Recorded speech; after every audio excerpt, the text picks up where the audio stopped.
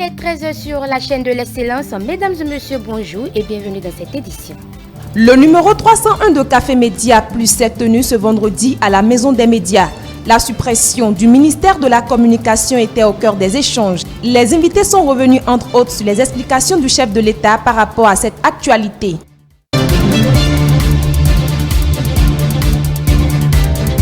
Remise officielle ce vendredi d'équipements sportifs au coordonnateur du programme de promotion et de développement des activités sportives.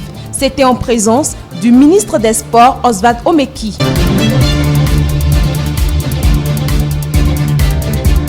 Et puis après le cyclone Toktae, un autre cyclone puissant nommé Yas s'est abattu sur l'est de l'Inde, endommageant des arbres et des maisons et entraînant la suspension temporaire des vaccinations contre la Covid-19 dans les zones touchées. Voilà pour le sommaire.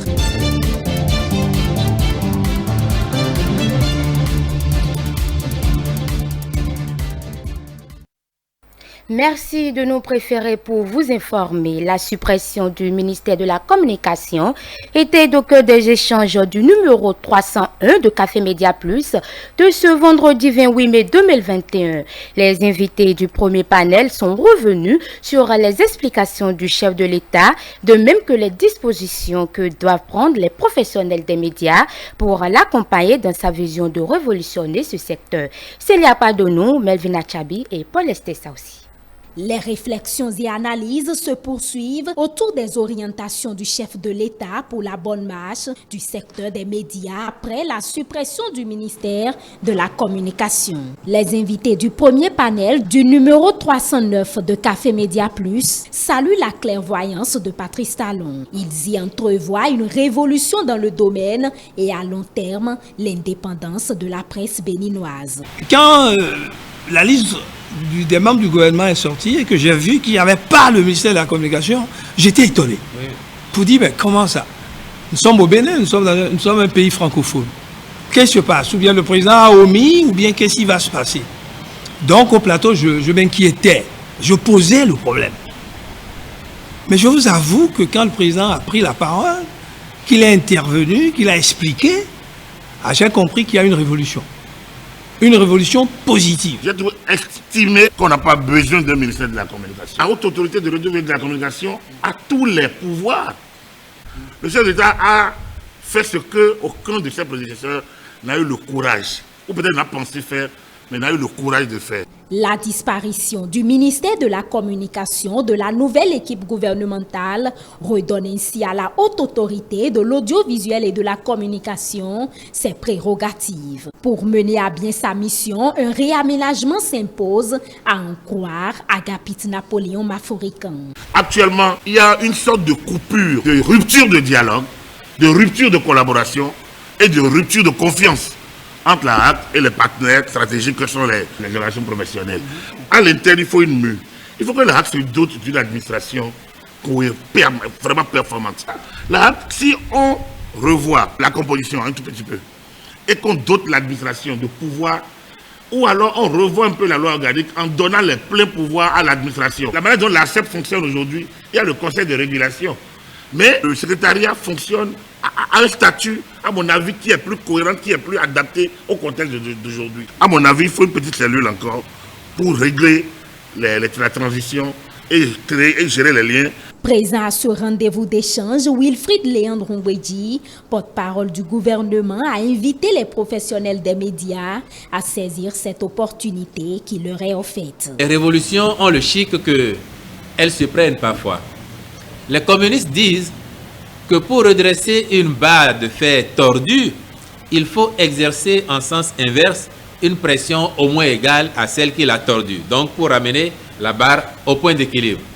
Et donc le choc de l'instant doit être surmonté pour aller chercher maintenant les vertus de cette décision-là et faire en sorte qu'en pratique, elle devienne quelque chose de substantiel qui signe un renouveau de la presse béninoise, un renouveau de la liberté de presse dans notre pays et que l'on considère que c'est un tournant décisif qui vient d'être marqué. Et en tout cas, je vais finir en vous rassurant à nouveau que le président Patrice Talon, et on le sait tous désormais, il ne fait pas ses annonces au hasard. Le directeur de SOS Village d'enfants était l'invité du second panel de Café Média Plus. Il a expliqué le fonctionnement et les difficultés de ce centre qui s'occupe des orphelins et autres. Il a par ailleurs invité les personnes de bonne volonté à soutenir les actions que mène ce centre. Le ministre des Sports Oswald Omeki a procédé ce vendredi 28 mai 2021 à la remise officielle d'équipements sportifs au coordonnateur du programme de promotion et de développement des activités sportives. Ceci pour renforcer la formation des apprenants dans les différentes disciplines. Karine Adeniyi, Romulus Kanti et Semiati Yessoufou. Des ballons, des jeux de maillot, des sifflets, des chronomètres, des jalons, des boîtes à pharmacie. Ce sont entre autres le lot de matériel et d'équipements sportifs mis à la disposition du coordonnateur du programme de promotion et de développement des activités sportives par le ministre Oswald Omeki. Il s'agit d'une part d'un don de la Fédération internationale de football association et d'autre part du ministère des Sports. Des équipements qui sont destinés aux classes sportives constituées dans les différentes communes du Bénin. Quand vous voyez la liste de ces équipements, on peut déjà se réjouir de ce que le minimum est mis en place pour une bonne formation de nos différents apprenants dans les différentes disciplines. Comme vous le savez, le programme a fait l'objet d'une restructuration. Cette restructuration nous a amené à revoir l'organisation complète de ces classes. Et aujourd'hui, les encadreurs qui ont été déployés ont suivi une formation rigoureuse. Le programme ambitionne d'être, en tout cas, mieux structuré, mieux mis en œuvre. Et c'est pour cette raison que sur la qualité du matériel qui est déployé, notre option a été de prendre les matériels de la plus grande qualité possible. Moment favorable pour Oswald Omeki, le patron des sports du Bénin, de témoigner sa gratitude à l'endroit des partenaires qui ne ménagent aucun effort pour apporter leur soutien au gouvernement, ceci pour le développement du sport au Bénin. Je voudrais donc remercier nos partenaires privilégiés, et principalement la FIFA, pour cette belle collaboration que nous avons depuis maintenant quelques mois. Dire que ces équipements, comme l'ont été ceux que nous avons reçus précédemment, seront dès aujourd'hui mis à la disposition des différentes classes sportives dans l'ensemble des communes du Bénin. Dire également que nous poursuivons avec beaucoup d'enthousiasme, beaucoup d'engagement, la mise en œuvre de cet ambitieux programme que le chef de l'État a voulu mettre en œuvre dans notre pays et qui est un programme de détection, de formation et de promotion des talents sportifs dans les principales disciplines que nous avons identifiées. Notons que d'autres équipements et matériels sportifs sont prévus dans les tout prochains jours pour ces classes sportives constituées dans l'ensemble des communes du Bénin.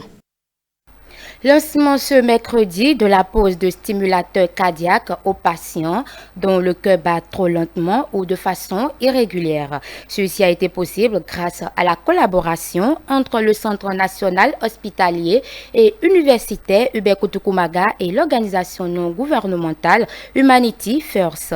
10 patients seront impartés au terme des travaux. Le point avec Stélia Padonou et Semiati Yessoufou. L'ONG Humanity First International vient à la rescousse des patients béninois dont les cœurs sont en panne. Elle offre au Centre national hospitalier universitaire Hubert Koutoukou-Maga 10 pacemakers avec à la clé des spécialistes allemands pour réaliser les implantations. Au total, 10 malades verront leur durée de vie prolongée d'une dizaine d'années au terme de l'opération. Nous sommes dans une situation très particulière parce que cette mission va permettre de poser ce dispositif appelé stimulateur cardiaque à 10 personnes en une semaine. C'est particulièrement important parce que c'est le tiers de notre activité annuelle. Chaque année, nous implantons donc ici une trentaine de stimulateurs cardiaques. Non pas parce que l'expertise manque ou que les équipements manquent, mais parce que l'argent manque aux patients pour qu'ils achètent ce dispositif. L'équipe qui est arrivée a déjà posé le stimulateur cardiaque à 7 personnes sur les 10. Tout s'est très bien passé. et nous en sommes particulièrement heureux. Les premiers bénéficiaires saluent la collaboration entre l'ONG et le CNHU. C'est le lieu pour le représentant de l'association des porteurs de stimulateurs cardiaques de plaider pour la subvention de cet appareil. Je voudrais, au nom de tous les bénéficiaires de stimulateurs cardiaques, dire merci à l'ONG et lui demander de ne pas baisser les bras. Je ne suis pas le seul. Je ne peux pas réunir 2 millions et quelques sur le champ. Donc vous voyez, votre arrivée, vraiment, c'est une chance pour nous. Il est souhaitable que au moins ces appareils soient subventionnés afin que des gens, parce que ce n'est pas souvent les vieux forcément, il y a des gens de 3e âge, mais il y a des jeunes qui peuvent porter ces appareils. Le directeur de cet hôpital de référence a remercié les acteurs en charge de l'opération avant de rassurer de ce que le plaidoyer sera transmis à qui de droit. Nous remercions aussi l'hôpital Koutkoumanga qui a accepté cette collaboration et en même temps, nous remercions les docteurs parce que tous ces docteurs que vous voyez là, ils prennent sur leur congé pour venir nous aider en Afrique. Je pense que ce n'est pas tombé dans les oreilles de sourds. Les plaidoyers seront faits pour que cette subvention puisse effectivement voir le jour. Je voudrais donc terminer mes propos en remerciant encore une fois l'ONG Humanity First pour cette activité et en même temps, comme ils l'ont rappelé, que c'est sûrement la première d'une série qui va rentrer dans une tradition. Le chef service cardiologie, professeur Wenancy Martin, a vivement recommandé qu'à l'image des Allemands, les Béninois se donnent la main afin d'offrir des piles cardiaques aux patients qui n'attendent que ça pour survivre. Les candidats aux différents examens nationaux au titre de l'année 2021 vont subir dans quelques jours les épreuves écrites. C'est donc le moment pour les parents d'élèves de jouer le rôle d'accompagnateur et d'encadreur. Quelles sont les mesures que peuvent prendre ces derniers pour soutenir les candidats en cette période? Élément de réponse avec Céline Bovi. Encore quelques jours et les candidats aux différents examens de fin d'année plancheront pour les épreuves écrites de composition. Mais avant cette échéance, l'heure est aux préparatifs. Et pour l'atteinte des meilleurs résultats, l'implication et l'accompagnement des parents s'avèrent nécessaires. Pour les quelques-uns rencontrés, ils sont conscients de la tâche qui leur incombe. Vous savez, en ces derniers temps des examens, c'est maintenant les parents ont plus de devoirs à fournir pour les enfants. Et les surveiller dans leurs devoirs et surveiller bien leur santé. Mon enfant va au CEP, donc actuellement je prends le temps le soir de pouvoir revoir avec lui tout ce qui a été fait quand je prends chaque matière, les révisions qui ont été faites à l'école. À l'approche des examens, nous recommandons à nos enfants de se reposer comme il faut, c'est-à-dire dès qu'ils finissent de manger le soir, qu'ils ne perdent pas du temps à vouloir regarder les images. Et nous demandons spécifiquement à nos enfants, à nous, de ne pas s'occuper de la télévision et de tout ce qui peut les distraire à partir de 20h. C'est de pouvoir encourager l'enfant pour lui dire tu es capable. Tu as les moyens matériels, les moyens intellectuels, les moyens moraux pour réussir brillamment ton examen. Nous qui sommes tes parents, nous sommes derrière toi. Donc, il n'y a pas de peur, il n'y a pas de crainte. La réussite d'un candidat passe par une préparation mentale, physique et sanitaire. Les parents sont donc invités à y veiller. En matière de mesures sanitaires, se déparasiter, si l'enfant a des maladies dont il souffre d'habitude, il faut prévoir des médicaments et Concernant les intempéries, on doit prévoir aussi un parapluie ou soit un imperméable. Chaque parent doit connaître en réalité la santé de son enfant. Si c'est un enfant qui a une santé frêle, il a besoin qu'on le renforce en vitamines. Il a besoin d'avoir une alimentation équilibrée. Il a besoin d'un petit ketchup pour voir s'il n'y a pas un paludisme qui est là, qui est logé dans son sang ou quelques affections typhoïdes qui pourraient le déranger. Donc pendant ce temps, il faut le soumettre un peu à certains soins qui lui permettent d'être fort, d'être debout.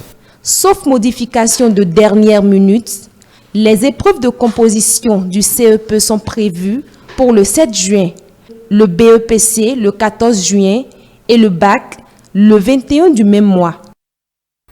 La Société béninoise de brasserie fait œuvre utile. Elle a fait don ce vendredi d'un important lot d'équipements à la Fédération béninoise de cyclisme.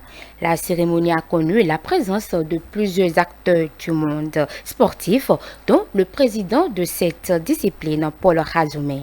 On fait le point avec Aziz Achamou, Marlise Dadidje et Edouard Capot. C'est un énième appui de la Sobebra, la Société béninoise de brasserie, au profit de la Fédération béninoise de cyclisme.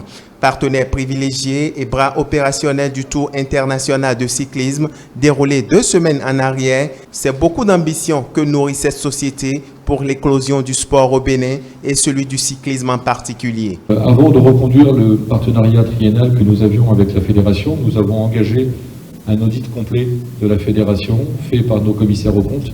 Et le résultat est simple. Plus de 260 millions de francs ont été apportés à la Fédération pour le financement du cyclisme au Bénin. Et l'écart non justifié, entre guillemets, est de 464 000 francs. Et ça ne fait que conforter notre soutien et notre entier dévouement au financement de la Fédération et du cyclisme au Bénin. Une fierté aussi, c'est de pouvoir avoir des équipements qui font que demain, le Tour du Bénin, qui pour la première année, il faut le souligner, a été organisé entièrement à 100% au Bénin par des Béninois. Donc je suis ravi de vous remettre les équipements. Je vais suivre de loin le déroulement des futurs championnats auxquels participeront les équipes béninoises. En toute humilité, le président de la Fédération béninoise de cyclisme, Romuald Razoumé, a témoigné toute sa gratitude au directeur général de la Sobebra, en qui il reconnaît plusieurs qualités intrinsèques. C'est déjà un très bon point pour Sobebra déjà, parce que Sobebra est à l'initiative de ce tour-là. Et Sobebra a anticipé pour faire un cas podium qui vaut 160 millions. Un cas podium tout neuf, mis à la disposition du Tour du Bénin. Et Sobebra nous a accompagnés. Et pour organiser notre tour, il nous faut du matériel. Il nous faut quoi comme matériel? Il nous faut une radio tour. À part cette radio tour qui permet à l'organisation, il faut pouvoir faire ce qu'on appelle le timing. Je suis très ému parce que ce n'est pas seulement qu'il aime le vélo, il connaît le vélo. Nous devons faire les choses correctement. Et nous avons commencé à faire les choses correctement. Les finalistes du Tour international de cyclisme organisé par la Fédération ont salué à leur tour l'arrivée des 10 équipements. Ils promettent d'ailleurs remonter plus haut les performances de l'équipe béninoise. Vraiment, je suis tellement contente. Sinon, avec ça, on aura des résultats meilleurs, quoi. Sinon, sans les matériels, nous ne pourrons rien faire sur le terrain. C'est avec les matériels que les Burkinabés, les Marocains, ils nous frappent souvent sur le terrain. Pour aller à la guerre, tu dois avoir au moins le matériel, parce que sans le matériel, tu ne peux pas y aller dans l'activité dont tu es en train de pratiquer. Raison pour laquelle notre géant partenaire, la Sobebra, il nous a tellement accompagnés durant des années. Et le sentiment de joie sur le vélo de VTT et course par rapport à la béninoise. Après 5 années passées à la tête de cette société, Sébastien Yves, manager, repart en toute quiétude avec la satisfaction d'avoir apporté sa pierre à l'édifice. Hors de nos frontières à présent, le gouvernement central chinois a réitéré sa volonté d'aider Taïwan à lutter contre une nouvelle vague d'infections liées à la pandémie de la COVID-19. Le Bureau des affaires de Taïwan du Conseil des affaires d'État a déclaré qu'il contribuera à la livraison des vaccins proposés par les groupes de la partie continentale. Plus de précisions dans ce élément réalisé par nos confrères de CCTV+. Hier, la Fondation pour le développement médical et sanitaire de Shanghai et l'Association de promotion des échanges culturels interdétroits du Jiangsu ont exprimé leur volonté de faire don de vaccins contre la COVID-19 à des compatriotes taïwanais pour les aider à répondre à leurs besoins urgents. Ils ont également proposé de les aider à renforcer le travail de prévention. Nous soutenons et contribuerons activement à cet effort et nous espérons que les parties concernées à Taïwan élimineront les obstacles à la livraison de ces vaccins dès que possible. La région de Taïwan a recensé mardi 281 nouvelles infections locales au Covid-19 et 6 nouveaux décès selon une agence locale de la surveillance de la maladie. Il s'agit du 11e jour consécutif que le nombre quotidien de nouveaux cas confirmés sur l'île dépasse les 100. Depuis le début de l'épidémie, le nombre total de cas confirmés à Taïwan s'est élevé à 5 456, dont 35 décès dus à la maladie.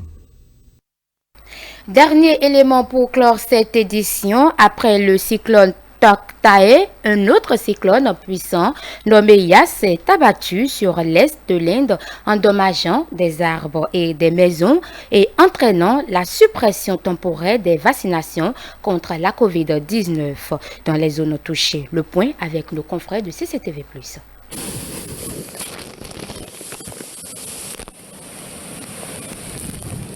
Après le cyclone Toktae, un autre cyclone puissant nommé Yas s'est abattu sur l'est de l'Inde, endommageant des arbres et des maisons et entraînant la suspension temporaire des vaccinations contre le Covid-19 dans les zones touchées.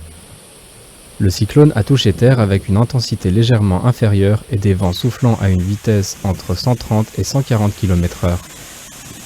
Selon le département météorologique indien, le cyclone a terminé son arrivée et est susceptible de se déplacer vers le nord-nord-ouest et de s'affaiblir progressivement jusqu'à devenir une tempête cyclonique dans les 6 prochaines heures. Dans la zone où le cyclone a touché terre, dans l'état d'Odisha, le cyclone a élevé le niveau de l'eau de la rivière, inondé les terres agricoles et endommagé des poteaux électriques et des maisons, perturbant fortement la vie des habitants locaux. Compte tenu du cyclone, les vaccinations contre le Covid-19 ont été suspendues dans certaines zones d'Odisha. À Bhubaneswar, la capitale d'Odisha, des habitants ont pris des risques pour aller au centre de vaccination. Tout ça pour revenir les mains vides.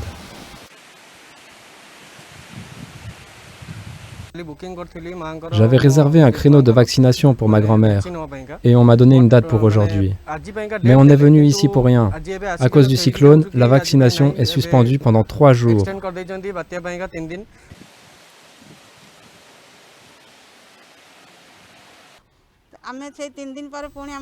Qui sait ce qui nous arrivera dans 3 jours, parce qu'on a peur du virus. Et même avec cette pluie et ce cyclone, on vient ici pour se faire vacciner. Mais maintenant, on doit sans être vacciné. Selon les médias locaux, 5 personnes ont été tuées après que la tempête cyclonique Yas a frappé la zone côtière des États indiens de l'Est du Bengale occidental et d'Odisha. Mesdames et messieurs, c'est sur cet élément que nous mettons thème à ce journal. Merci de nous avoir suivis. N'oubliez pas, vous pouvez toujours nous suivre sur notre site internet www.etelebene.com, sur notre page Facebook Etelebene, ainsi que sur notre chaîne YouTube également Etelebene. Merci de toujours préférer pour nous informer. Voilà, c'est tout.